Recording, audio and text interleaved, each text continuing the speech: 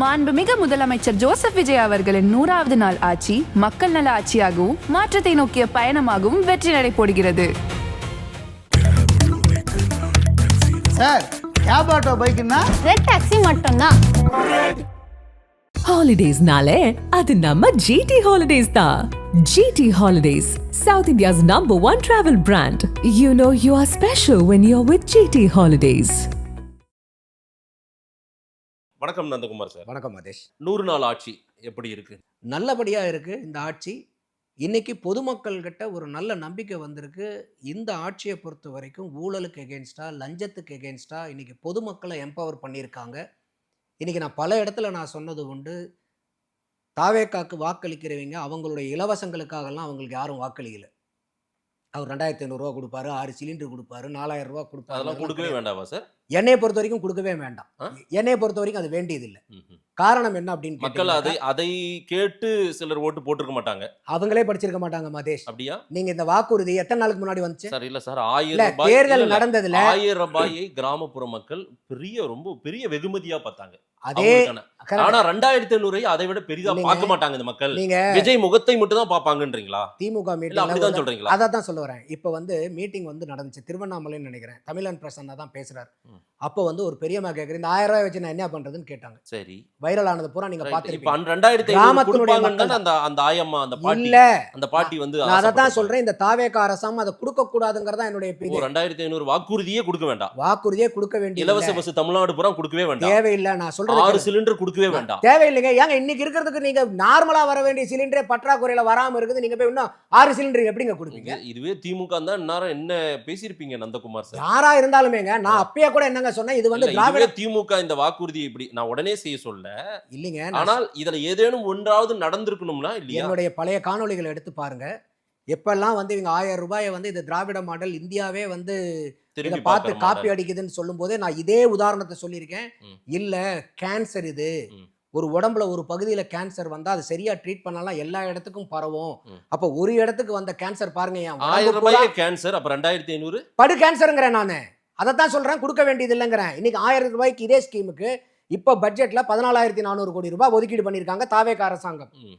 இன்னைக்கு இந்த 2025-26 பட்ஜெட் வரதுக்கு முன்னாடி அன்றைய மாநிலத்தினுடைய அந்த எக்கனாமிக் சர்வே வந்தபோது அதுல அவங்க சொல்லியிருக்காங்க, நம்ம தனிநபர் வருமானத்துல அதிகமா இருக்கிறோம், 3,13,000 ரூபாயை கிராஸ் பண்ணிட்டோம்னு பெருமை கொண்டாடுனாங்க. அதுலயே ஆழமா போய் படிச்சீங்கன்னா அதுல என்ன சொல்லப்படுதுன்னா, 38 மாவட்டங்கள் இருக்கக்கூடிய தமிழ்நாட்டில் 8 மாவட்டங்கள்ல தான் மாநிலத்தினுடைய தனிநபர் வருமானத்தை விட அதிகமான வருமானம். மீதி 30 மாவட்டங்கள்ல மாநிலத்தினுடைய வருமானத்தை விட கம்மியா இருக்குது. அதிகமா இருக்கக்கூடியது செங்கல்பட்டு, சென்னை, காஞ்சிபுரம், திருவள்ளூர், கோயம்புத்தூர், திருப்பூர், ஈரோடு, கிருஷ்ணகிரி. மீதி 30 மாவட்டத்தினுடைய தனிநபர் வருமானம் மாநில தனிநபர் வருமானத்தை விட கம்மியா இருக்குது. இன்னும் குறிப்பா சொல்லணும்னா 6 மாவட்டங்கள் தேசிய தனிநபர் வருமானத்தை விட குறைவா தமிழகத்துல இருக்குதுங்கிற புள்ளி விவரங்கள் எல்லாம் திமுக அரசாங்கமே கொடுத்துருக்கு. நம்மளுடைய பார்வை என்னன்னா, இன்னைக்கு 30 மாவட்டங்கள்ல தனிநபர் வருமானம் மாநில வருமானத்தை விட கம்மியா இருக்குது. இன்னைக்கு இது 14,400 சில்லற கோடி ஒதுக்கி இருக்காங்க. ஒரு ரவுண்டா ஒரு 15,000 கோடின்னு வச்சுக்கங்க. இந்த பின்தங்கிய 30 மாவட்டங்களுக்கு தனிநபர் வருமானத்துல பின்தங்கி இருக்கக்கூடிய 30 மாவட்டங்கள்ல 500 கோடியா பிரிச்சிங்கன்னா 15,000 கோடி. இந்த 1000 ரூபாய் கொடுக்குற ஸ்கீமை எடுத்து இந்த 30 மாவட்டங்களையும் 500 கோடி ரூபாய் முதலீடு பண்ணி வேலை வாய்ப்புகளை உண்டு பண்ணி அந்த வேலை வாய்ப்புகளை மகளிருக்கு மட்டும் வேலை கொடுங்க. ஏன்னா இது மகளிர் உரிமை தொகை நீங்க கொடுத்தது. நான் இந்த அரசாங்கத்திட்ட என்ன எதிர்பார்க்கறேன்னா, சும்மா கடல்ல கிடைச்ச பெருங்காயமாட்ட நீங்க கொடுக்காம டெய்லி 1000 ரூபாய்னா ஒரு நாளைக்கு 33 ரூபாய். அப்போ இன்னைக்கு ஒரு மாச செலவுக்கு கிடைக்கிறவனுக்கு டெய்லி 33 கொடுங்க, அவனுக்கு எங்க போச்சுன்னே தெரியாது. அப்ப அந்த மாதிரி இந்த பெரிய தொகை இன்னைக்கு 15,000 கோடி சாதாரண தொகையா? 15,000 கோடி ரூபாய் இன்னைக்கு இந்த 1000 ரூபாய்க்கு ஒதுக்குறதுக்கு அதே மகளிர்கிட்ட சொல்லி, ஏங்க இதை நாங்க சும்மா கொடுக்காம இதை தொழில் வளத்தை ஏற்படுத்துறோம், இதுல உங்களுக்கு மகளிர் இப்ப இந்த திட்டத்தின் மூலமா பயன்பட்டு இருக்காங்க. சொல்றது ரொம்ப நல்லா இருக்கு. இருங்க, நான் சொல்லி முடிச்சிடுறேன். சொல்லுங்க. அப்போ இந்த 1000 ரூபாய்க்கே இவ்வளோன்னா மாதேஷ் 2500 எத்தனை ஆயிரம் கோடி நீங்க வரும்? சொல்றது ஐடியா சார். இது ஒரு இம்ப்ளிமெண்ட் இத பண்ணுங்க. இது வந்து தொழில் வேலை வாய்ப்பை ஏற்படுத்துங்க. அவன் சம்பாரிச்சு உழைச்சு அந்த காசை மகளிருக்கு மட்டும் கொடுங்க. ம். அத கூட மகளிருக்கு கொடுங்க, ஆண்களுக்கு கொடுக்காதீங்க. ரைட். அப்படி கொடுத்தீங்கன்னா இன்னைக்கு நீங்க 1000 ரூபாய் கொடுக்கக்கூடிய மகளிர் ம். அவங்க போய் 15,000 20,000 ரூபாய்ன்னு சம்பாதிப்பாங்க மதேஷ். ம். அந்த மகளிர் அரசாங்கத்துக்கு திருப்பி 1000 ரூபாய் கொடுப்பாங்க. உங்கனால நாங்க இன்னைக்கு 20,000 ரூபாய் சம்பாதிக்கிறோம், ம். மாசம் 1000 ரூபாய் நாங்க கொடுக்குறோம். ம். இதையும் வச்சு கூட இன்னும் இந்த மாதிரி பல தொழிலை வந்து உருவாக்கி மகளிருக்கு வேலை வாய்ப்பு கொடு. இதைத்தானுங்க ஒரு அரசியல் இல்ல கட்சி சார், நான் என்ன சிந்திக்கணும். நினைக்கிறேன்னா, அனைத்து மகளிருக்கும் 1000 ரூபாய் கொடுக்குறேன்னு திமுக சொல்லிச்சு. ஆனா அதுக்கு வந்து அவங்க வந்து ஒரு என்ன கிரைட்டேரியா, ஒரு இவங்களுக்கு தான் தகுதியான கொடுப்போம். மகளிர் தகுதியான மகளிரை யாருன்னு தகுதி பண்ணி கொடுத்தாங்க. சரிங்களா? இவங்க பிறக்கின்ற அத்தனை குழந்தைகளுக்கும் என்ன தங்க மோதிரமா? பிறக்கின்ற அத்தனை குழந்தைகளுக்கும் தங்க மோதிரம்னாங்க. இப்ப அரசு மருத்துவமனையில பிறக்கின்ற குழந்தைகளுக்கு மட்டும் தங்க மோதிரம். அங்குக்கு இங்குக்கு என்ன வித்தியாசம்? ஒண்ணா ஒரே மாதிரி தானே நான் இருக்குன்றேன். அதைத்தாங்க சொல்ல வரேன். நான் பொதுவாவே இலவசங்களுக்கு எதிரானவன்றேன். சார், இதே தான் அதை நான் பேட்டி ஆக்க தொடங்குனதுன்னு சொல்லுகிறேன். அதைத்தாங்க நானே அதிமுக சொல்லிக்கிறேன். என்ன செய்ததோ, திமுக என்ன செய்ததோ, அதனுடைய நீட்சியா தாவேகா இல்ல செய்திருக்குதோ. இல்ல அதைத்தான் நான் இங்க சொல்ல வரேன். நீங்க இந்த அண்ணன் சீரு, தாய்மாமன் சீரு இத இதெல்லாம் ரெண்டையும் ஒதுக்கிட்டு என்ன இலவசங்களை கொடுத்திருக்காங்க சொல்லுங்க. கொடுக்கல. அதான் எதையும் சொன்னது கொடுக்கல. அப்போ இலவசம் சொன்னது கொடுக்கல. இன்னைக்கு அரசியல் நிர்பந்தங்கள் வரும்னு அவங்களுக்கு தெரியாதா? ஓ. இருந்தாலும் இந்த அரசியல் நிர்பந்தத்துக்கு உட்படாம நம்ம அதை கொடுக்காம தவிர்க்கணும்னு தவிர்க்கிறாங்க. ஏன்னா இன்னைக்கு நான் சொல்றது இல்ல, மாதிரி அது வாக்குறுதியா, நீங்க பொய் வாக்குறுதியா? அவங்க கொடுத்த வாக்குறுதி தேவையில்லாத வாக்குறுதிங்கிறத நான் பல இடத்துல பதிவு பண்ணியிருக்கேன். ஓ. நானே பதிவு பண்ணியிருக்கேன். எலெக்ஷனுக்கு முன்னாடியும் பதிவு பண்ணியிருக்கேன், அப்புறமும் பதிவு பண்ணியிருக்கேன், இப்பயும் பதிவு பண்றேன். ம். அப்போ நீங்க மக்கள் கிட்ட நீங்க எந்தெந்த திட்டத்தினுடைய ஒவ்வொரு திட்டம் கொண்டு வரதுக்கு ஒரு நோக்கம் இருக்கும் இல்லையா? ஆமா. அந்த நோக்கத்தை ஏற்படுத்தி நாங்க மகளிருக்காக உங்களை மேன்மைப்படுத்தணும்னு சொல்லி இதுக்காக பண்ணணும். இன்னைக்கு இந்த அமௌண்ட் எல்லாம் கூட்டி கழிச்சு பார்க்கும்போது இப்ப இதுக்கே 15,000 கோடினா அதுக்கு எவ்வளவு ஆகும்? உங்களுக்கு 37,500 கோடி ரூபாய் வரும். 37,500 கோடி ரூபாய் ஒவ்வொரு மாவட்டத்துக்கும் 1000 கோடி செலவு பண்ணலாம். 38 மாவட்டத்துங்களும் பண்ணலாம். எவ்வளவு வேலை வாய்ப்புகளை உண்டு பண்ணலாம். நம்ம ஏன் போய் சார் அவனை நீங்க வாங்க என் மாநிலத்துல தொழில் தொடங்குன்னு நம்ம ஒரு பக்கம் இங்க கொடுத்துக்கிட்டு இன்னொரு பக்கம் வாங்கன்னு கூப்பிட்டு இருக்கோம். அப்போ இதையெல்லாம் வந்து இந்த அரசாங்கம் மக்கள்கிட்ட எடுத்து சொல்லி இந்த நோக்கத்துக்காக நாங்க இதை சொன்னோம். இதே நோக்கத்தை அடையறதுக்கு எங்களுக்கு ஒரு மாற்று திட்டங்கள் இப்ப எங்களுக்கு இருக்குது, எங்களுக்கு சிந்தனைகள்ல வருது, எங்ககிட்ட இருக்கக்கூடிய எங்க நபர்கள் சொல்றாங்கன்னு அதை மக்கள் கிட்ட முன்வைங்க. அப்படி எதுவும் புதுசா இல்லையேன்ற நான். வருவாங்க, காலம் கொடுங்கன்றேன் நானு. ஓ. அப்ப அந்த மாதிரி ஒரு நல்லது வரும்போது ம்.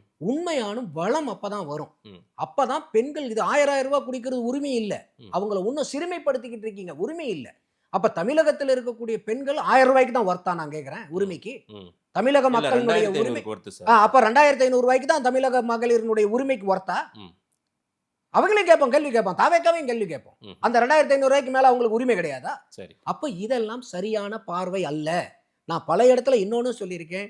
விஜய் அவர்களுக்கு வந்து ஒரு இக்கட்டான சூழ்நிலை வரும்னா அது இந்த வாக்குறுதி கொடுத்தனால தான். இக்கட்டான சூழ்நிலை அவங்க ஃபேஸ் பண்ணி தான் ஆகணும். அத இப்ப ஆனா இருந்தே மக்கள் கண்டுக்க முன்கூட்டியே மாட்டாங்கன்னு சொன்னீங்கல்ல நீங்க. இத நீங்க விளக்கணும் மக்கள் கிட்ட. ஓஹோ. இது என்ன நோக்கத்துக்காக ஒவ்வொன்றையும் எங்களால சொன்னோம். கொடுக்க முடியாது, கொடுக்கிற அளவுக்கு இங்க ஒண்ணும் இல்ல அப்படின்னு சொல்லணுமா? இந்த 1000 ரூபாய் கொடுக்கறதுக்கு பதிலா நாங்க இதை தொழில் முதலீட்டுக்கு பயன்படுத்துறோம், மகளிருக்கு மட்டும்தான் பயன்படுத்துறோம். இன்னும் குறிப்பா சொல்ல போனா இப்ப இந்த 1000 ரூபாய் வாங்கிட்டு இருக்கீங்க பாருங்க, அவங்களுக்கு தான் முன்னுரிமை இந்த வேலை வாய்ப்புல. ஓகே.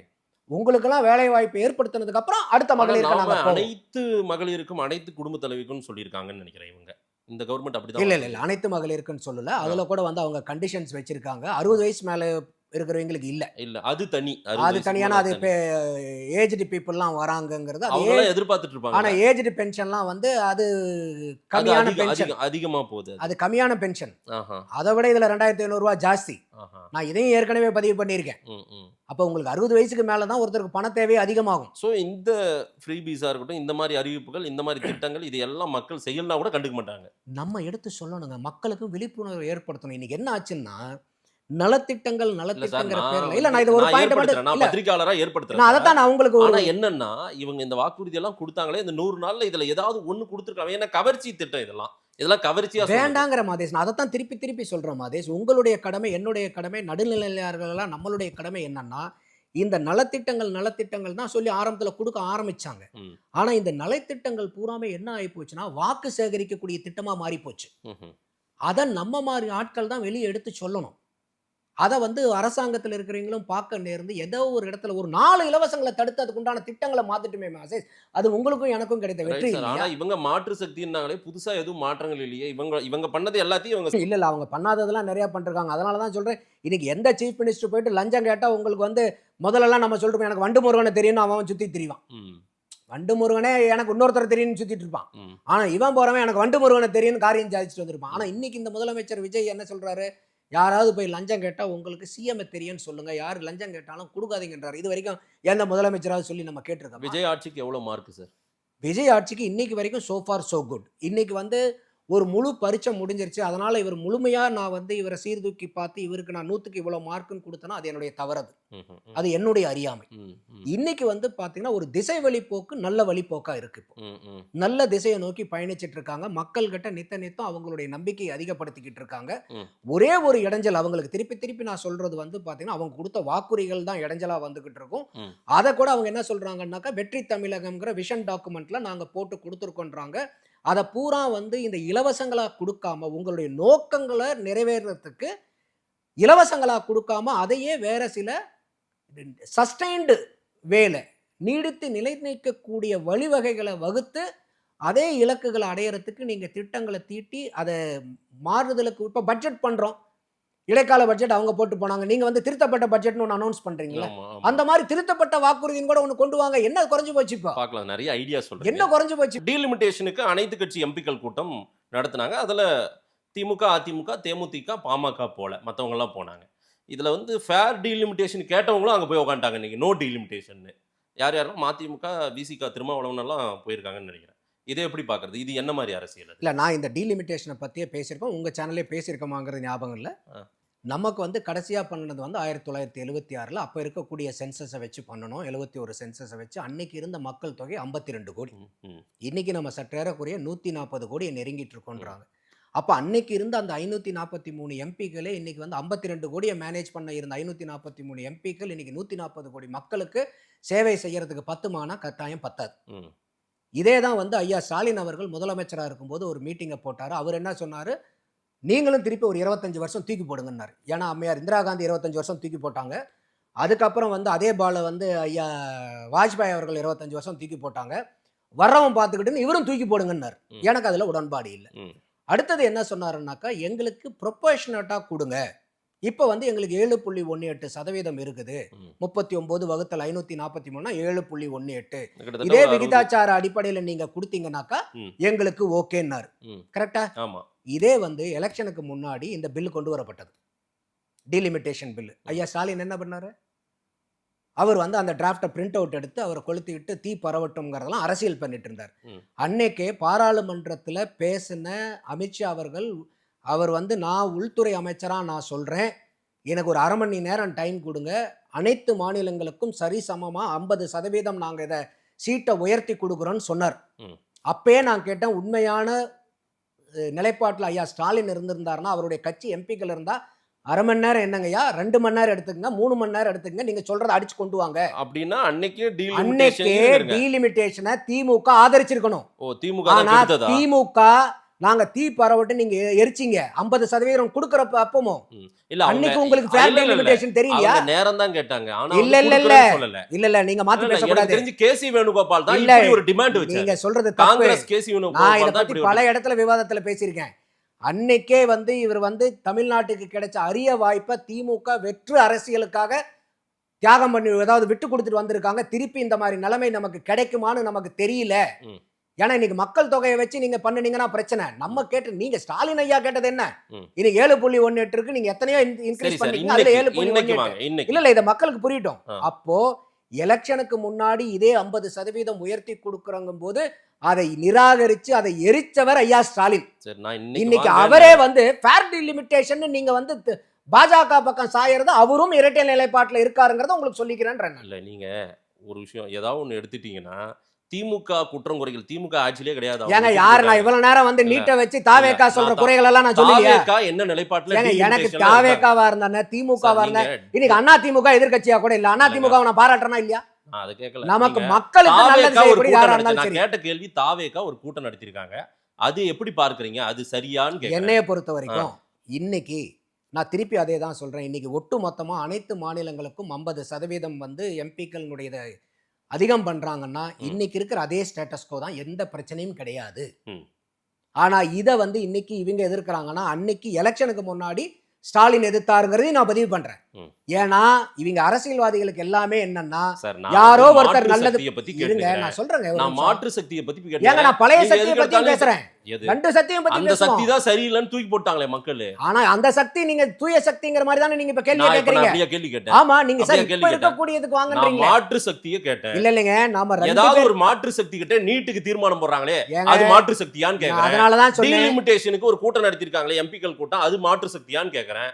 நான் நீங்க பூரா தீய சக்திக்கும் என்னது சொன்னீங்க, தூய சக்தின்னு நான் சொல்றதா அது சொல்றீங்களே, இல்லைங்க, அதையும் வச்சு நீங்க பேசிட்டு இல்லைங்க, இருக்கீங்க. என்னைய பொறுத்த வரைக்கும் நம்ம யாருடைய ஸ்டாண்டா இருந்தாலும் அதை வெளிப்படையா ஏங்க, பேசுறது நான் என்னுடைய நான் ஸ்டாண்ட். ஸ்டாண்ட் எடுத்து பேசல சார். இல்லைங்க, நான் என்னுடைய கேள்வி ஸ்டாண்ட நான் நான் சொல்றேன். நீங்க சொல்றது ஸ்டாண்ட நான் சொல்லல. ம். என்னுடைய நான் ஸ்டாண்ட் கேள்வி என்ன நீட்ல கேக்குறேன், நான் தாவேக்கா கேள்வி எடுத்து- திரு விஜய் அவர்கள் தலைமையில் நடந்த எம்பிக்கள் கூட்டம் டீலிமிட்டேஷன், அதை கேட்டா நீங்க போய் திமுக இந்த மாதிரி ஒரு நிலைப்பாடு இல்லைங்க, நான் எடுத்து சொல்றது என்னன்னா, நீங்க கேட்கக்கூடிய கேள்வியிலே எப்படி வருதுன்னா, இன்னைக்கு தாவே டிஎம்கே எடுக்க போற ஸ்டாண்டு நல்ல ஸ்டாண்டு, இவங்க வந்து நான் அப்படி சொல்லவே எடுக்கக்கூடிய- இல்லையே. உங்க கேள்வியில அது புதிஞ்சிருக்கு. அவங்க என்ன அதே பாக்குறவங்களுக்கு தெரியும். அது. சார், என்ன சார் இது? பாக்குறவங்களுக்கு இது ஏன் தெரியும். சார் அந்த இது? எந்த இது ஒரு என்ன கேள்வி எல்லாருமே கேட்கறோம்னு. கொண்டு போய் என்னைய கொண்டு போய் திமுக பக்கம் நிறுவ பாக்குறீங்க? இல்லைங்க, இது ரொம்ப தப்பு அது. இல்லைங்க, ரொம்ப தப்பு அது. நீங்க எந்த கட்சிங்கிறதே எனக்கு முக்கியமே இல்ல. நான் கட்சியே கிடையாது. இப்ப யாரா நான் இருந்தாலும் ஓட்டு பத்திரிக்காரனா போடுறோம். கேள்வி கேக்குறேன். நம்ம வந்து ஓட்டு போறது இல்ல அவங்க சார், விருப்பத்துக்கு நான் ஒரு போடுறோம். பத்திரிக்காரனா கேள்வி கேக்குறேன். இல்லைங்க, நான் இந்த அதெல்லாம் கூட்டம் ஏன் நடந்துச்சு, இது சரியான்னு கேக்குறேன். இல்லைங்க, அந்த மாற்று கருத்தெல்லாம் எனக்கு எதுவுமே இல்ல. நீங்க கேக்குறது இல்ல. ஒவ்வொரு இல்ல சார், ஆட்களுக்கும் இவங்க எடுக்கிற நிலைப்பாடு ஒண்ணு பாருங்க. மேகதாட்டுக்கு ஒரு அனைத்து கட்சி கூட்டம் கூட்டுங்கன்னா அதை நீங்க இல்லைங்க, நியாயப்படுத்தலாம். தேவையே இல்ல, அது தேவையில்லைங்கிற. முடிஞ்சிருச்சுன்றீங்க. ஆமா, எனக்கு அது தேவையில்லை. சரி, நீட்டுக்கு மசோதா கொண்டு வராங்களே இன்னைக்கு, இதை நான் 3 பேருமே பண்ணிட்டாங்க அந்த தேவையில்லைங்கிறதா நான் என்னுடைய ஸ்டாண்டு. இந்த மசோதாவே தேவையில்லை. அதே நீட்டுக்கு போல உண்டான மசோதா டீலிமிட்டேஷன் தேவையில்லை. அதே கேட்டேன். நீங்க அதை கேட்டா நீங்க நேரா திமுகவுக்கு போயிட்டு தான் நான் வருவேங்க. ஆமாங்க, தாவேக்காவுக்கு. மக்களுக்கு புரியணும்ல. இப்ப இன்னைக்கு திமுக வந்து உடனே பரப்பரா சார், செய்யறாங்கிறது மக்கள் வந்து திமுகவை கூடாதுல. புரிஞ்சுக்கிட்டதுனால தான் அவங்கள தூக்கி ஓரம் நீங்க உட்கார மதேஷ், வச்சாங்க சார். இன்னைக்கு வந்து பிஜேபி வந்து மிஷன் 316 இதை ரன் பண்றாங்க. ஆமா சார். 543 எம்பிகள்ல 3 எம்பி வேக்கன்ட், 540 வகுத்தல் 3 பெருக்கல் 2 போட்டீங்கன்னா 360. ம். அந்த 360ல இன்னும் 6-10ல அவங்க வந்து திமுகவினுடைய எம்பியை பூரா கன்சிடர் பண்ணியாச்சாங்க. ஆமா, கன்சிடர் பண்ணிட்டாங்க. அப்போ இன்னும் 6 எம்பிக்கள் 10ல. ஆமா. அதனால அன்னைக்கு திமுக எடுத்த நிலைப்பாட்டுக்கும் இன்னைக்கு எடுத்திருக்கக்கூடிய நிலைப்பாட்டுக்கும் உண்டான இரட்டை வேடத்தை அம்பலப்படுத்த வேண்டியதும் என்னுடைய பொறுப்பு. நான் திமுகவின் இரட்டை வேடமா ஒற்றை வேடமான்னு நான் கேட்கல நீங்க உங்ககிட்ட. கேட்கலீங்க, நான் சொல்ல வேண்டியது என்னுடைய கடமைங்க. நான் கேட்ட கேள்வி, நான் எதுக்கு டீலிமிட்டேஷன் கூட்டம் இது சரியான்னு கேட்டேன். ஏங்க, சார், நான் டீலிமிட்டேஷன் 3 தான் சார் கேட்டேன். இல்லைங்க, நான் சொல்ல ஒண்ணு விடுங்க. மேகதாட்டுக்கு ஏன் அனைத்து கட்சி கூட்டம் தேவையில்லை. கூட்டல? அதை நான் சொல்லிட்டேன், விளக்கமாவே சொல்லிட்டேன் ஏன் தேவையில்லைன்னு. நீட் மசோதா அது போடுறாங்க. வேஸ்ட்னு சொல்லிட்டேன் உங்களுக்கு. வேற என்ன சொல்லணும் உங்களுக்கு? நீங்க சொன்ன ரெண்டுமே டீலிமிட்டேஷன் சொல்றேன். இந்த கூட்டம் போடுறாங்களே, இது நியாயமா, இது சரியான்னு கேட்கறேன். டீலிமிட்டேஷன்ங்கிறது வந்து பாத்தீங்கன்னாக்கா இப்ப 2 விதத்துல அதான் சார் வந்து பதிலே சொல்ல வரீங்க. இல்லைங்க, நீங்க மக்களுக்கு புரியணும். இல்ல, மக்களுக்கு புரியணும்னா திமுகவை குறை சொல்றது மட்டும் மக்களுக்கு இல்ல இல்லைங்க, புரியாது. திமுகவை குறை சொல்றது மட்டுமே மக்களுக்கு போய் சேரணும்னு இல்ல இப்படி நினைக்கிறீங்க. நீங்க சொல்றனாலதான் நீங்க திமுகவும் நம்ம கேட்க வேண்டிய இல்ல, கட்டாயம் கேள்வி வருது. நீங்க இல்ல சார், இப்ப ஒரு நம்ம- விவாதத்தை ஒரு இப்ப நியாயமா நம்ம எடுக்கலாம் சார். இவ்வளவு நேரம் தாவேக்காவை இல்ல சார், இருங்க. திமுகவின் குற்றம் குறைய மட்டுமே தேடி தேடி பேசுவது மட்டுமே ஏங்க, அதுதான் டாபிக்கா? இவ்வளவு நேரம் தாவேக்காவுடைய நீட் அரசியலை பத்தி நான் பேசிட்டு இருந்தேன். அப்ப தாவேக்காவை நான் ஆதரிச்சு பேசணும். நான் நீட்டுக்கு என்ன பேசுறீங்க நீங்க? அப்பெல்லாம் நீங்க ஒண்ணுமே சொல்லல. ஏன் சார் தாவேக்காவை குறை சொல்றீங்கன்னு ஒண்ணுமே சொல்லலங்கிட்ட. திமுகவை குறை சொன்னும் போது மட்டும் திமுகவை ஏன் குறை சொல்றீங்கன்னு கேக்குறீங்க. அப்ப ஏன் குறை சொல்றீங்கன்னு கேட்கல. அதான் தேடி தேடி திமுக குறைய மட்டுமே ஹைலைட் பண்றீங்க. இல்லைங்க, குறைய மட்டுமே இல்லைங்க, அந்த குறைய சொல்லிட்டு இப்ப நான் வரேன். தாவேக்காவை நிறைய குறையான்னு நான் கேக்குறேன். ஏங்க, அதனால தாங்க சொல்றேன், இது வந்து இதுக்கு முன்னாடி இருந்த அரசாங்கத்தினுடைய நிலைப்பாடையும் சொல்ல வேண்டியது நம்ம கடமை. அந்த அரசாங்கத்தின் நீட்சி தான் தாவேக்கா அப்படின்னு சொல்லிட்டு போங்க. இல்ல, அவ்வளவுதான். அப்படி இல்ல. அப்படிதான் இருக்கு இன்னைக்கு இது. தாவேக்கா இப்ப டீலிமிட்டேஷன் இவங்க என்ன பண்றாங்க? இவங்க நிலைப்பாடே அப்ப எடுக்கல தெரியுமா? இல்லைங்க, அதாவது சார், இவங்க நிலைப்பாடே எடுக்கல. ஆமா தானே? இருங்க மாதேஷ். இது ஒரு பெரிய இஷ்யூ மாதேஷ், இப்ப சொன்னாங்க. உங்க பேர் என்ன? மாதேஷ் தான். நானும் அதே தான் சொல்லி கூப்பிடுவேன். இன்னொருத்தரும் அதே பேர் தான் சொல்லி கூப்பிடுவாரு. ஆமா. அப்ப வந்து அவர் என்னை பார்த்து காப்பி அடிக்கிறாருன்னு அர்த்தமா? இல்ல சார், அதனுடைய நீட்சியா இருக்கேன்றத நீங்க அப்படி இல்ல, அதைத்தான் சொல்ல வர. அது தவறான பாதை. இன்னைக்கு திமுகவுக்கும் தாவேக்காவுக்கும் வந்து பெரிய வித்தியாசங்கள் இருக்கு. அது எப்படி போய் நீங்க போய் ரெண்டும் ஒண்ணுதானு சொல்லுவீங்க? நான் ஒன்னும் அவங்கள பொருத்தி பேசலைங்க. அவங்க எடுக்கிற நிலைப்பாடுகள்லயே பல நிலைப்பாடு அப்படியே போதே இவங்களும் அரசியல் ரீதியா இல்லைங்க சார். இன்னைக்கு பிஜேபி நெருங்கும் திமுக என்ன நிலைப்பாடை இரட்டை வேடமா எடுக்குதோ அதே போல தாவேக்காவும் இந்த சூழ்நிலைக்கு ஒரு இரட்டை வேடம் பண்றாங்க. ஆமாவா இல்லையா? இல்ல, இது வரைக்கும் அவங்களுடைய நிலைப்பாடு வந்து டீலிமிட்டேஷன்ல இப்ப அவங்க சொல்றாங்க. இல்ல இதுக்கு முன்னாடி இல்லையா? இல்ல, அவங்க வாக்குறுதியிலே 5வது நம்பர் வாக்குறுதி, தொகுதி மறுவரையில் தமிழ்நாட்டின் உரிமைகள் பாதுகாப்பு, மக்கள் தொகையின் அடிப்படையில் நாடாளுமன்ற தொகுதிகள் மறுவரையறை செய்யப்படுவதை தாவேகா கடுமையாக எதிர்க்கிறது. தொகுதி மறுவரை மூலம் தென்னிந்திய மாநிலங்கள் கடுமையாக பாதிக்கப்படுவதை தடுக்க உரிய சட்ட திருத்தம் கொண்டு வர நடவடிக்கைகள் மேற்கொள்ளப்படும். ஃபேர் டீலிமிட்டேஷனை ஆதரிக்கிறாங்க. அவங்க வந்து அந்த இடத்துல சொல்லியிருக்காங்க. இன்னைக்கே நோ டீலிமிட்டேஷன் உட்கார்றாங்க. இன்னைக்கு வந்து நம்ம அதை தான் நம்மளே அதை கேள்வி கேட்குறோம். ஃபர்ஸ்ட் வந்து இப்போ திமுகவுக்கு வந்துட்டோம். ஏன் வந்து இப்போ நீங்க சொல்லி கேட்டதுன்னே திமுகவை கேட்டிருந்தா இல்லைங்க, நான் வந்து நிலைப்பாடு டீலிமிட்டேஷனை திமுக ஆதரிக்குமா எதிர்க்குமான்னு நான் உங்ககிட்ட விவாதம் எடுத்திருந்தா நீங்க திமுகவை அம்பலப்படுத்துங்க, நான் எட்டு போய் இல்லைங்க, இப்போ நான் எட்டு போய் போட தான் போறேன். எந்த கட்சியா இருந்தாலும் அவங்களுடைய நிலைப்பாட்டை சொல்ல வேண்டியது நம்மளுடைய சார், கடமை. நான் கேட்டதே ஒரே ஒரு ஏங்க, சிம்பிள் தாவேகாவுடைய- நந்தகுமார் சார், நம்ம எத்தனை வருஷமா பேசிட்டு இருக்கோம். நான் கேட்ட கேள்வி நான் நீட்சியை எப்படி கொண்டு வந்தேன்? முதல்ல மேகைதாட்டுக்கு ஏன் அனைத்து கட்சி கூட்டம் நடத்தலன்னு கேட்டேன். ஒண்ணு, அதுக்கு பதில் சொல்றேனா இல்லையா உங்களுக்கு? பதில் சொன்னீங்க. நீங்க அங்கேயுமே அதை வந்து நியாயப்படுத்துறீங்க. அது ஏன் நடத்தலன்றதுக்கு நியாயப்படுத்துறீங்க. ஆமாங்க, அப்பதானே இல்லைங்க நடத்த வேண்டியது இல்லைன்னா ஏன் நடத்த வேண்டியது இல்லைன்னு கேள்வி வரும்ல. அதனாலதான் ஏன் நடத்த வேண்டியது இல்லைன்னு சொல்றேன் சார். என்னது ஒரு முக்கியமான பிரச்சனை, அங்க கர்நாடகாவுல எல்லாரும் ஒண்ணு கூடுறாங்க சார். இருங்க, இப்ப ஏன் நம்ம கர்நாடகால நம்முடைய இதை இருங்க, காட்டக்கூடாதா? ஒரே படத்தை நிமிஷம். காட்டக்கூடாதா? கர்நாடகால தேவையில்லையா? கர்நாடகால ஏன் ஒண்ணு கூட்டுறாங்கன்னாங்க, அங்க வந்து நீங்க தண்ணி திறந்து விடுங்கன்னு ஆர்டர் போட்டிருக்காங்க CWRC. அடுத்த 15 நாளைக்கு நமக்கு தண்ணி வேணும் சார், அதனால நம்ம ஒண்ணு கூடலாம். இருங்க ஒரு நிமிஷம், நான் சொல்லி முடிச்சிடுறேங்க. அப்போ வந்து அவங்க கொடுக்க வேண்டிய இடத்துல இருக்காங்க. ஆர்டர் அவங்க தான் ஆர்டரை கம்ப்ளை பண்ணணும். நமக்கு ரைட் ராயலா உட்காந்து கொடுக்க வேண்டியதை குடியான்னு நம்ம கேட்டுக்கிட்டு இருக்கோம். அப்போ இந்த இடத்துல 3ஆம் தேதி ஆகஸ்ட் திங்கட்கிழமை தாவேக அரசாங்கம் சுப்ரீம் கோர்ட்ல பெட்டிஷன் போட போகுதுன்னு தெரிஞ்சுக்கிட்டு வெள்ளிக்கிழமை திமுக ஓடோடி போய் பெட்டிஷன் போடுது. என்னன்னு போடுது? நீங்க அந்த திறந்து விட சொன்னதை வந்து அந்த 4.5 TMCயை திறந்து விடுங்கன்னு. ஆனா தாவேகா வந்து இப்போ திங்கட்கிழமை ஃபைல் பண்றதுல அதுக்கப்புறம் அவங்க வந்து எல்லாத்தையும் அந்த 2ஆம் தேதி ஆகஸ்ட் வரைக்கும் அவங்களெல்லாம் டேட்டாவை கலெக்ட் பண்ணி அவங்களுக்கு மழை வரத்து வந்திருக்கு. இப்போ உதாரணத்துக்கு வந்து பாத்தீங்கன்னா இன்னும் நீங்க ஆழமா போனீங்கன்னா காவேரி நதி நம்பி இருக்கு. புரியல நீங்க ரைட், நீங்க இதுல திமுக ஏன் நடுவில் கொண்டு வந்தீங்கன்னு தெரியல. இல்லைங்க, நீங்க இன்னைக்கு அனைத்து கட்சி கூட்டம் கூட்ட சொல்லி சரி சார், அவன் தண்ணி குடுக்குற இடத்துல இருக்கிறவன் அவன். திமுக மட்டும் கேட்கலீங்க, எல்லாருமே கேட்டிருக்காங்க. இருங்க, எல்லாருமே கேட்டிருக்காங்க. இருங்க, நீங்க அதாவது திமுக வச்சே நீங்க விவாதம் முடிக்கணும். இருங்க, இப்போ ஏன் சார் நான் உங்களுக்கு எத்தனை பேட்டி எடுத்திருக்கேன். ஏங்க ஒரே நிமிஷம் இருங்க, திமுக நீங்க திமுகவை பத்தி பேசினாவே அலர்ஜி ஆகுது. அலர்ஜி ஆகலையே. நீங்க தாவேகாவை பத்தி பேசும்போது நான் ஏதோ அலர்ஜி ஆகுதா எனக்கு? நான் உங்களை நான் தாவேகாவுக்கு எதிரானவனா? இல்லைங்க, அப்ப நான் தாவேகாவுக்கு நியாயத்தை தானே ரெண்டு பேரும் பேசிக்கிட்டு இருக்கோம். நான் தாவேகாவுக்கு எதிரானவனா? நீங்க என்ன திமுகவுக்கு எதிரானவனா? அப்ப நம்ம ரெண்டு பேரும் நியாயத்தை தானே பேசணும். அப்ப திமுக பக்கம் இருக்கிறது நியாயத்தையும் நான் சொல்றேன், அநியாயத்தையும் சொல்றேன். தாவேகா பக்கத்துல இருக்கிற நியாயத்தையும் சொல்றேன், அவங்களுடைய முரண்பாடுகளையும் சொல்றேன். என்ன பேசுறீங்களா பேசுங்க. அப்போ நீங்க அவங்க தண்ணி திறக்க விட வேண்டிய ஆர்டரை வச்சு உட்கார்ந்து இருக்காங்க. நமக்கு தண்ணி கிடைக்க வேண்டியது, அதனால நம்ம கூட்டம் போட தேவையில்லை. ஆனா நம்ம பெங்களூர் போலான்னு முடிவு எடுக்கணும். ஏங்க பெங்களூர் போலாங்கிறதுல இதே எம்ஜிஆரும் போலான்னு முடிவு பண்ணாருங்க. முதல்ல ஒரு கூட்டமே அனைத்து கட்சி கூட்டமே நடத்த மாட்டோம்ன்றோம் நம்ம முதல்ல. ஆனா பெங்களூர் போறதை மட்டும் நியாயப்படுத்தி பேசுறோம், அது எப்படி? ஏங்க நம்மளுடைய கான்ஸ்டிடியூஷன் வந்து கான்ஸ்டிடியூஷனல் ஃபெடரலிசம், கூட்டாட்சி தத்துவம் நம்ம சார். அவங்க மதிக்கவே மாட்டாங்க சார். கடைசில நம்ம முதல்வரை அந்த இடத்துக்கு இல்லைங்க. நீங்க லைவ் வேண்டாம்னு சொன்னார் சார். லைவ் அசெம்பிளி எல்லாம் பாக்குறீங்களா இல்லையா? நான் பார்த்துட்டு தான் இருக்கேன். அதுலயே என்ன சொல்றாரு, நம்ம வந்து இதை வந்து போய் நான் பேசுறதுக்கு நான் கேட்டிருந்தேன். ஆனா அவங்களும் சௌமியா அன்புமணி என்ன சொன்னாங்க? என்னென்ன மேகதாது கட்டக்கூடாது, கட்டுவோம், இது 2 தான் இருக்கணும். மேகதாது கட்டுவோமா கட்ட மாட்டோம், ஒரு டம்ளரை தூக்கி வச்சுட்டு பேசினாங்கல்ல, அவ்வளவுதான். அதுக்கு எதுக்கு நம்ம போறது வர்றது இதெல்லாம் தேவையான்னு கேட்டாங்க அவங்க, தெரியுமா? சௌமியா அன்புமணி சொல்றதுல வந்து ஒரு நியாயம் இருக்கு. அதையே தான் நான் கேட்கிறேன். அதுதான் நான் கேட்கிறேன். இல்லைங்க, இன்னைக்கு வந்து ஒரு மாநில முதலமைச்சர் இன்னொரு மாநில அதுதான் தெளிவா சொன்னாரு, நாட்டு பிரச்சனைகளே இன்னைக்கு பேசிதான் தீக்குறாங்க. வேண்டான்றாங்க சௌமியா அன்புமணி அவர்கள். அவங்களுக்கு வேண்டாங்கங்க. அவங்களுக்கு அவங்க தமிழ்நாட்டின் ஒரு உண்மையாவே ஒரு விவசாயி மகளா, ஒரு விவசாயி மகளா சரியா பேசுறாங்க. மத்தவங்க விவசாயி மகள் அப்படி கிடையாதுங்க. நீங்க சொல்றீங்க எம்ஜிஆர் போனாரு. எம்ஜிஆர் போன காலம் வேற சார். தேவராஜ் அரசும் பேசினாங்க, அது வரலாறு தெரியுமா இல்லையா உங்களுக்கு? நடந்ததுங்க. அப்புறம் என்னங்க நடந்ததுங்க? அப்ப அதேதான் வந்து பாத்தீங்கன்னா இவர் வந்து வேற்றுமொழிக்காரர், இவர் போயிட்டு 320 TMCக்கு உடன்பட போறாரு, 400 TMC குறைய கூடாதுன்னு சொல்றீங்க. ஆமாங்க, இது வரலாறு. ஏங்க நீங்க வரலாறு பேசும்போது வரலாறு பேசிட்டானுங்க. அப்படி இல்ல சார். நான் சொல்றத நீங்க அனைத்து கட்சி கூட்டத்தை கூட்டுவதில் என்ன பிரச்சனை? நீங்க நான் பதட்டமே படல. என்னை பேச விட்டீங்கன்னா நான் நிதானமா உங்களுக்கும் என்னுடைய பார்வை என்னங்கிறது தெரியும். பொதுமக்களுக்கு உங்க பார்வை திமுகவை எதிர்க்கணும், அதுதான் உங்க பார்வை. நமக்கு நியாயத்தை பேசணும், அவ்வளவுதான் நம்ம பார்வை. அப்போ இன்னைக்கு ஒரு மாநில முதலமைச்சர் இன்னொரு மாநில முதலமைச்சர் கூட பேசக்கூடாதுங்கிறதெல்லாம் இல்லை. இன்னைக்கு CWRCல யார் உட்கார்ந்து பேசுறாங்கன்னு நினைக்கிறீங்க?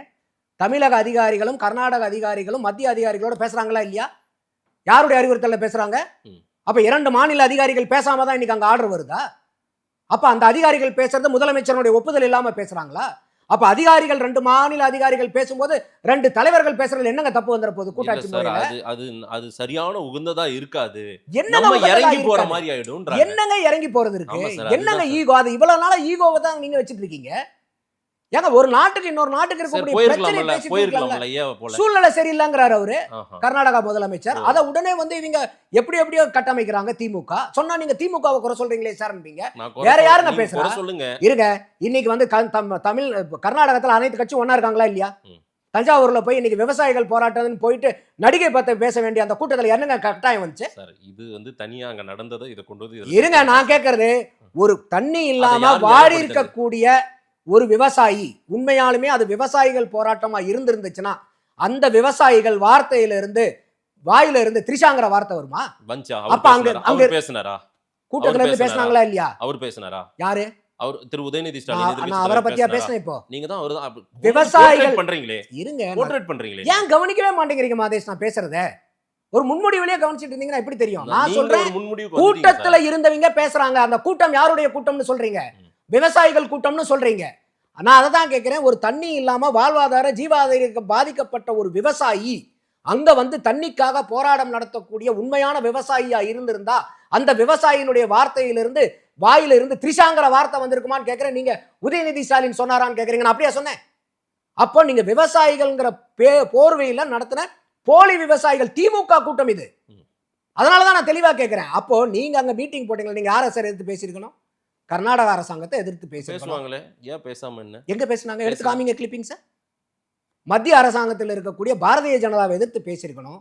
அதையெல்லாம் விட்டுட்டு இங்க தாவேக அரசாங்கம், தமிழ்நாடு அரசாங்கத்தை எதிர்த்து பேசிட்டு திரு விஜய் அவர்கள் தமிழ்நாடு முதலமைச்சர் என்னைக்காவது பாஜக கேள்வி கேட்டிருக்காரா சார்? சொல்லுங்க சார், ஒரு 2-3 சொல்லுங்க சார். ஏங்க கேட்கல? இன்னைக்கு தமிழ் தாய் வாழ்த்துக்கு கிளாரிபிகேஷன் கேட்டது அவர்தாங்க. ஒரு வெட்க கேடு சார். என்ன தெரியுமா? என்ன சொல்லுங்க, என்ன வெட்க கேடு? தமிழ்நாட்டுல தமிழ் தாய் வாழ்த்துக்கு இன்னைக்கு தான் நம்ம தீர்மானமே போடுறோம். அந்த நிலையில இருக்கும் பாருங்க நம்ம. ஓ, அப்போ அவலமா இருக்கு பாருங்க. இந்த இருங்க, இப்ப இது நம்ம ஆழமா பேசி ஆகணும். எவ்வளவு அவலமான இது பாருங்க. இந்த ஆர்டர் வந்தே மாதரமும் தேசிய கீதமும் பாடணும்னு சொன்ன ஆர்டர் எப்ப வந்துச்சு? திமுக ஆட்சியில போடப்பட்டது. திமுக ஆட்சியில போடப்பட்டது. ஜனவரி மாசம் 28ஆம் தேதி போடப்பட்டது. சரி. அதுக்கப்புறம் மார்ச் 6ஆம் தேதி இன்னைக்கு இருக்கக்கூடிய ஹைகோர்ட் சீஃப் ஜஸ்டிஸ் தர்மாதிகாரி வந்து பதவி ஏற்கிறார். அவரு பதவி ஏற்கும் போது முதல்ல வந்தே மாதரம் பாடப்பட்டுச்சு, 2வது தேசிய கீதம் பாடப்பட்டுச்சு, 3வது தான் தமிழ் தாய் பாட்டு பாடப்பட்டுச்சு. அப்போ சீஃப் செக்ரட்டரி ஸ்டேஜ்ல உட்கார்ந்து இருக்காரு. சட்டத்துறை அமைச்சர் ரகுபதி இன்னைக்கு இருக்காரு இல்லையா? ஏற்கனவே இருந்த சட்டத்துறை அமைச்சர் முதல் லைன்ல உட்கார்ந்து இருக்காரு. அடுத்தது அதே கரெக்டா 6 நாள் கழிச்சு மார்ச் 12ஆம் தேதி இன்னைக்கு இருக்கக்கூடிய கவர்னர் அருளேக்கர் பதவி ஏற்கிறார் தமிழ்நாட்டினுடைய கவர்னரா. அப்ப ஸ்டேஜ்ல ஐயா ஸ்டாலின் உட்கார்ந்து இருக்காரு. நேஷனல் ஆந்தம் ஃபர்ஸ்ட் பாடப்படுது, 2வது தான் தமிழ் தாய் வாழ்த்து பாசப்படுது.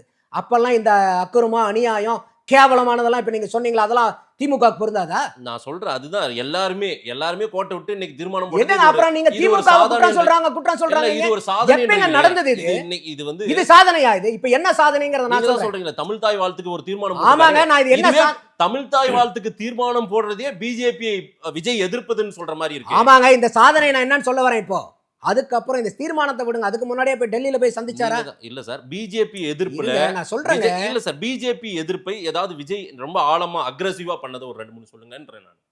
இருங்க, தாவேகா பண்ணது சொல்லுங்கன்ற. எதுக்கு சொல்லுங்க, நீங்க சொல்லுங்க. என்னென்னலாம் ஒட்டு வந்தாங்கன்னு சொல்லுங்களேன். ஒண்ணுமே பண்ணல. என்ன கம்பெடுத்து எதிரிதான், கொம்ப எடுத்து சுத்தணுமா? எதிரிதான். நான் அதனால தான் சொல்றேங்க, நீங்க கம்பெடுத்துக்கிட்டு சுத்துங்க. எல்லாருமே கம்பெடுத்துக்கிட்டு சுத்தணுங்கிற அவசியம் இல்ல. நியாயமானதை நேர்மையான முறையில அமைதியா கூட கேட்டு வாங்கலாம். அதைத்தானே உங்களுக்கு இத சொல்றேன். பேசவே மாட்டேன்றாங்களே சார். ஆனா காவிரி போராட்டத்துல உதயநிதி பிஜேபி எதிர்த்து பேசணும். ஏங்க, ஆனா தாவேகா அரசாங்கம் நீங்க தானே சொன்னீங்க கர்நாடகால அனைத்து கட்சியும் ஒண்ணா சேர்றாங்கன்னு சொன்னீங்கல்ல? ஆமா. திமுக இங்க சேராம போய் இன்னைக்கு தமிழ்நாட்டு அரசாங்கத்தையே எதிர்த்து மீட்டிங் போடுறீங்கன்னு நான் கேக்குறேன். எங்க மீட்டிங் போட்டாங்க? விவசாயிகள் மீட்டிங் போர்வையில போட்டீங்கல்ல? எங்க திரிஷாவை பத்தி பேசி பிரச்சனை வந்துச்சுல, அந்த மீட்டிங் தமிழ்நாட்டு அரசாங்கத்தை எதிர்த்தா கேள்வி வேற என்ன? யார கேட்டாரு? தாவேகா அரசாங்கம் ஏன் இதை செய்யல? அது யாரு? தாவேகா அரசாங்கம் யாரு? தமிழ்நாட்டுக்கு இல்லாம கர்நாடகா அரசாங்கம். அவங்க தமிழ்நாட்டு அரசாங்கம் தானே. அவங்க என்னங்க இது நீங்க மாத்தி மாத்தி பேசுறீங்க? இவரு இதே விஜய் அவர்கள் பிரதம மந்திரியை போய் சந்திக்கும் போது தமிழ் தாய் வாழ்த்துக்கு கிளாரிபிகேஷன் கேட்டார். அன்னைக்கே லெட்டர் கொடுத்தார். அப்பயே திமுக இப்ப நீங்க சொன்ன மாதிரி தான், என்னங்க அநியாயம் இருக்கு, இதெல்லாம் போய் பணியிற மாதிரி இருக்கு, கம்பு எடுத்துக்கிட்டு சுத்தம் வேண்டாமா, தடி வரிசை போட வேண்டாமா, நாங்களாம் அப்படி இல்ல. அந்த வேகத்தை தான் எதிர்பார்க்கல. இல்ல, அப்பயே பிரதம மந்திரியை போய் விஜய் அவர்கள் சந்திச்சார். சந்திக்கும் போதே அந்த லெட்டர் கிளாரிபிகேஷன் கேட்கும்போது திமுக சொல்லிச்சு, நீங்க இதெல்லாம் பண்ணக்கூடாது, தடி வரிசை போடணும், நாங்க எப்பயுமே கம்பு சுத்தவும் இல்லை, நீங்களும் கம்பு சுத்தினாங்க. அதுக்கப்புறம் ஜூலை 9ஆம் தேதி ஒரு இது வருது. அவங்க ஜனவரியில கொடுத்ததுல மாநில பாடல்களை பத்தி எந்த தகவலுமே எங்கேயுமே கிடையாது. விஜய் அவர்கள் விளக்கத்தை கேட்டு கடிதம் கொடுத்ததுக்கு அப்புறம் தான் அப்பயே சொன்னாங்க பாரதிய ஜனதா பதில் சொல்ல மாட்டாங்க, ஆச்சா பஜனா. அப்ப பாரதிய ஜனதா பதில் சொல்லலைன்னா அடுத்த கட்ட நடவடிக்கைக்கு தாவாக்க போன்னு நானே பேசியிருந்தேன். அப்போ ஜூலை 9ஆம் தேதி வருது. இந்த மாநில பாடல்களுக்கு உண்டான மரியாதையும் கொடுத்து அதை பாடப்படணும். இந்த பாடல்களை பாடும்போது வந்தே மாதரமும் தேசிய கீதமும் தொடர்ச்சியா பாடணுங்கிறதான் அதுல ஆர்டரே ஒழிய ம், தமிழ் தாய் வாழ்த்த 3ஆவதா பாடணுங்கிறது கிடையாது. ம். வந்தே மாதரத்துல முதல்ல பாடணுங்கிறது கிடையாது. அப்போ நமக்கு சரியான ஒரு புரோட்டோகாலை வாங்கியிருக்காங்க. இது சாதனை இல்லையா? ம். இவ்வளவு நாளா நீங்க உட்கார்ந்துருந்தீங்களே 76 வருஷ கட்சி, இதையெல்லாம் நீங்க பண்ணிருக்கலாம்ல. சரி, வேற சார். அப்போ எதுலயுமே ஒரு ஒரு ஒரு ஒரு அணுகுமுறைன்னு ஒண்ணு இருக்கு. திமுக போற ரூட்லயே தான் தாவேகா போகணுங்கிற கட்டாயம் கிடையாது. பேசவே மாட்டேன்றாங்களே சார். பிஜேபி கேள்வியே கேட்க மாட்டேன்றாங்களே சார். கேட்க வேண்டிய இடத்துல கேட்பாங்கங்க. எங்க எல்லாத்துக்குமே வந்து நீங்க தமிழ்நாட்டுக்கும் டெல்லிக்கும் நீங்க பண்ணக்கூடிய அத்தனை பிரச்சனைக்கு தமிழ்நாட்டுக்கும் டெல்லிக்கும் பிரச்சனை. நீங்க மக்கள் அதை ஏத்துக்கிட்டாங்களா இப்போ? சரி, அப்ப எதுக்கு உண்டான பிரச்சனையோ அந்த உண்டான பிரச்சனைக்கு குரல் கொடுங்க. அவங்களோட திரைத்துறை சார்ந்த பிரபலங்கள் நிறைய பேர் இருந்தாங்கல்ல, அவங்களுக்கெல்லாம் முக்கிய பொறுப்பு மாதிரி அங்கீகாரம் கொடுக்கறது, அது அர்ச்சனா கல்பாத்தி வரைக்கும் கொடுக்குறாங்க. அது தேவையா? அது இல்ல சரியா? இதுல ரெண்டு விஷயம். ஒண்ணு வந்து பாத்தீங்கன்னாக்கா, இது ஆரம்பத்துல பேசினது வந்து என்னன்னாக்கா, அவரு டெல்லி பிரதிநிதி கேவி அண்ணா வெங்கட் ஃபர்ஸ்ட், நாராயண அதுக்கு முன்னாடி ஜோதிடர். கேவி வெங்கட் நாராயணா வெங்கட் ஜோதிடர் அவர் ஃபீட்பேக் போன உடனே ஆ, அதை மாத்திட்டாரு. மத்த மாத்திட்டாரு. அரசாங்கம்லாம் இந்த மாதிரி மாத்தினதா ஆமா, இல்ல. ஆமா, ஆமா. இவர் வந்து நல்ல ஃபீட்பேக். அதனால தான் ஐயா விஜய் கிட்ட நம்ம வரவேற்கிறோம். ம், ஒரு ஃபீட்பேக் போய் நல்லபடியா இருந்தா அதை சரி ஆமா, பண்ணிக்கிறார். ஆமா. இன்னைக்கு மேகதாதுவில் வந்து தீர்மானம் ஏற்படுத்தும் போது ஐயா உதயநிதி ஸ்டாலின் சொன்னார்னா கூட அது எதிர்க்கட்சி தலைவர் சொல்றாருன்னு இது பண்ணாம அவர் சொல்றது ஏத்துக்கிறார். சேர்த்துக்கிட்டாங்க. அப்ப நல்ல கருத்துக்கள் நல்ல அறிவுரைகள் எங்கிருந்து வராலும் ஏத்துக்கிறாரு.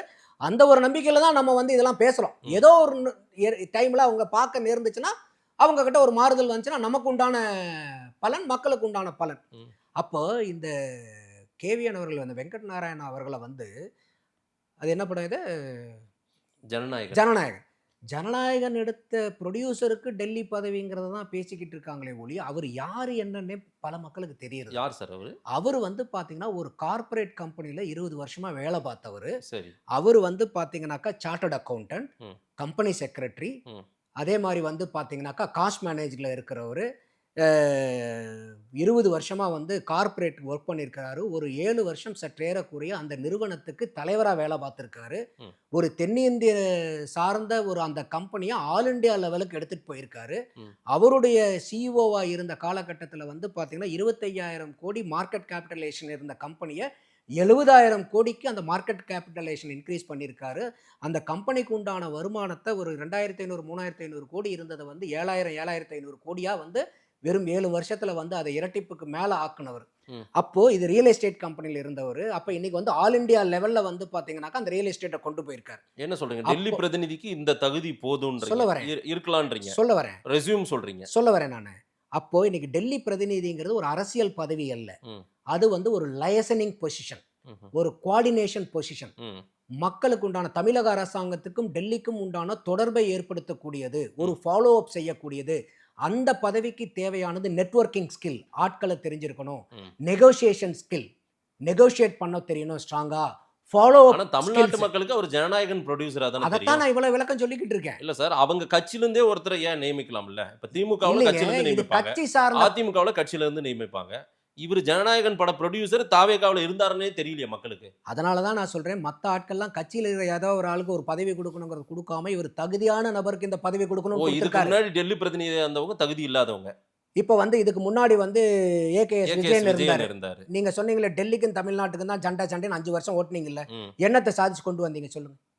5 வருஷத்துல மத்திய அரசாங்கத்துல என்னென்னலாம் கொண்டு வந்தீங்க? சரி, இப்போ இவர் நீங்க கொண்டு- தான் சொன்னீங்க, இவர் எதுவுமே கொண்டு வர கொண்டு வரல. ஆரம்பிச்சிட்டாரா போட்டதுல இருந்து? பண்ணுவாரு, ஆ? இத பூரா பண்ணுவாரு. அதற்கு உண்டான தகுதியும் தராதரமும் வாய்ந்த நபர். ம். இவர் வந்து பாத்தீங்கன்னா இந்த மாநிலத்தை சேர்ந்தவர் அந்த மாநிலத்தை சேர்ந்தவராருன்னா அதனாலதான் சொல்றேன், இது இந்த மாநிலத்துல இல்ல, இருக்கிறவங்க அது இருக்கணுங்கிற விவாதம் இல்ல. அவசியம் இல்ல. அது இல்ல. அர்ச்சனா கல்பாத்திக்கு வந்துருங்க. அர்ச்சனா கல்பாத்திக்கு வந்து பாத்தீங்கன்னா இந்த அறநிலையத்துறை அமைச்சர்ல அரங்காவலர் நியமனம். நியமனம் பண்ணக்கூடியது ஒரு தேர்ந்தெடுக்கக்கூடிய குழுவுல ஒரு நபரா இருக்காரு. ம், ம். தப்பு இல்லையே, தப்பு இல்லையா? தப்பு இல்லையே. ம், ம். இதுல என்ன தப்பு இருக்க போகுது? அதுக்கு வேற சில நபர்களும் இருக்கிறாங்க. ம். அரசாங்கம் பார்த்து நாமினேட் பண்ணக்கூடிய நபர்ல இவங்க அவங்களுக்கு கொடுக்குறாங்க. இல்ல சார், அவங்க திரைத்துறை சார்ந்தவர்கள். அதான் இவருக்கு ரொம்ப இல்லைங்க, ரொம்ப நெருக்கமா நான் இருந்தவங்க. அதனாலதான் சொல்றேன், இன்னைக்கு வந்து சினிமா ஒருத்தர், இப்ப இவர் வந்து வெங்கட் நாராயணா வந்து அவர் சினிமா எடுத்தனாலே அவர் வெறும் சினிமா ப்ரொடியூசர் அல்ல. அதனாலதான் அவருடைய பேக்ரவுண்ட் சார், சொன்னேன். தமிழ்நாட்டு மக்கள் வெங்கட் நாராயணன் எப்படி பார்த்தாங்க? இல்லைங்க, அவர் நீங்க producer- பாக்குறது முக்கியம் இல்லை. நீங்க நான் ஒருத்தர் கேட்கலைங்க, எளிய மக்கள் கேக்குறாங்க. அதைத்தாங்க சொல்றேன். அந்த எளிய மக்களுக்கு இவரை பத்தி தெரியலன்னா அவர் மோசமான ஆள்னு அர்த்தமா? நான் மோசமான நீங்க ஆளுன்னு நானும் தானே சொல்லல. எடுத்து சொல்லணும் அவர் இல்ல, யாருன்னு. நான் மோசமான இப்ப ஆளுன்னு நான் நான் சொல்லல. இப்ப நான் வெங்கட் இல்ல நாராயணன் சார், நேர்ல கூட பார்த்தது அவருடைய இல்ல. திரைத்துறை சார்ந்த நண்பர்கள் அவருக்கு அவருடைய இதுல சிண்டிகேட்ல ஒர்க் பண்ணவங்களுக்கெல்லாம் இன்னைக்கு அரசு பொறுப்பு கொடுக்குறாரு அப்படின்னு கேக்குறாங்க. இல்லைங்க, விவாதம் ஆகுது. அதனால அதைத்தான் நான் சொல்றேன். இது தவறுதலான வாதம்.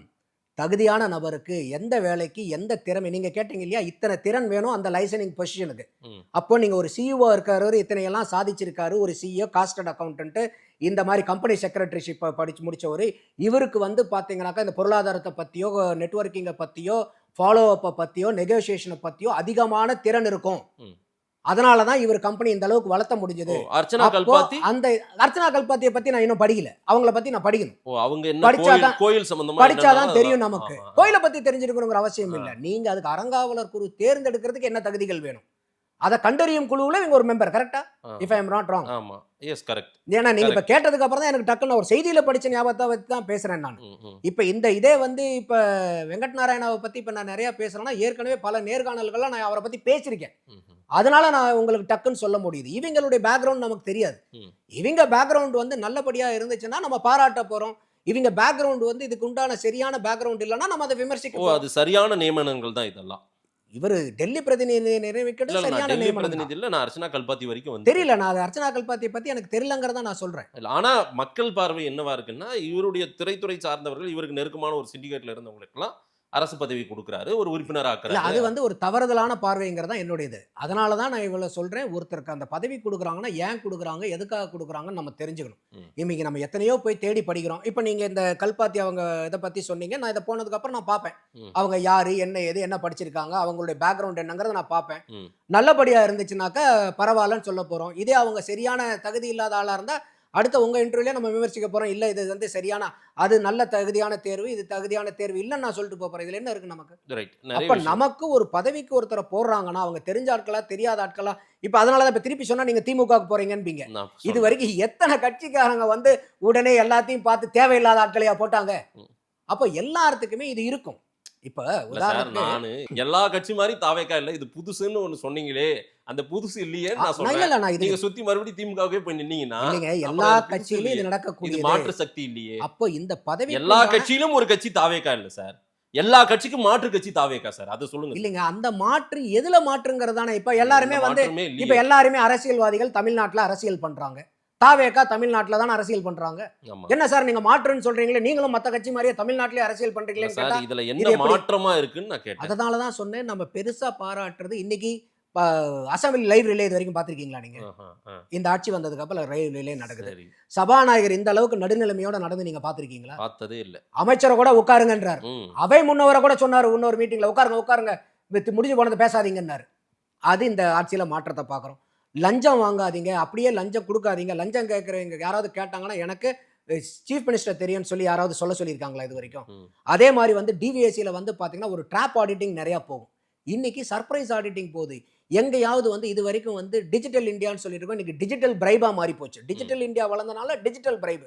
நீங்க எங்கேயாவது வந்து டிஜிட்டல் ஆடிட்டிங் இந்த டிவிஎஸ்சி போய் பண்ணி பார்த்துருக்கீங்களா இது வரைக்கும்? இல்ல. அதே மாதிரி இன்னைக்கு ஒவ்வொரு அமைச்சர்களும் போய் லஞ்சம் கொடுக்காதீங்க. நம்ம இவர் ராசிபுரத்துக்காரர், அவர் ஐயா தனபாலனுடைய மகன் பத்திரப்பதிவுத்துறை லோகேஷ், அவர் போயிட்டு ரெஜிஸ்டர் ஆபீஸ்ல வந்து சொல்றாரு, நீங்க யாரும் பணம் கேட்டா எதுவும் கொடுக்காதீங்கன்னு. எங்கேயாவது மினிஸ்டர் இதெல்லாம் பார்த்து கேட்டிருக்கீங்களா?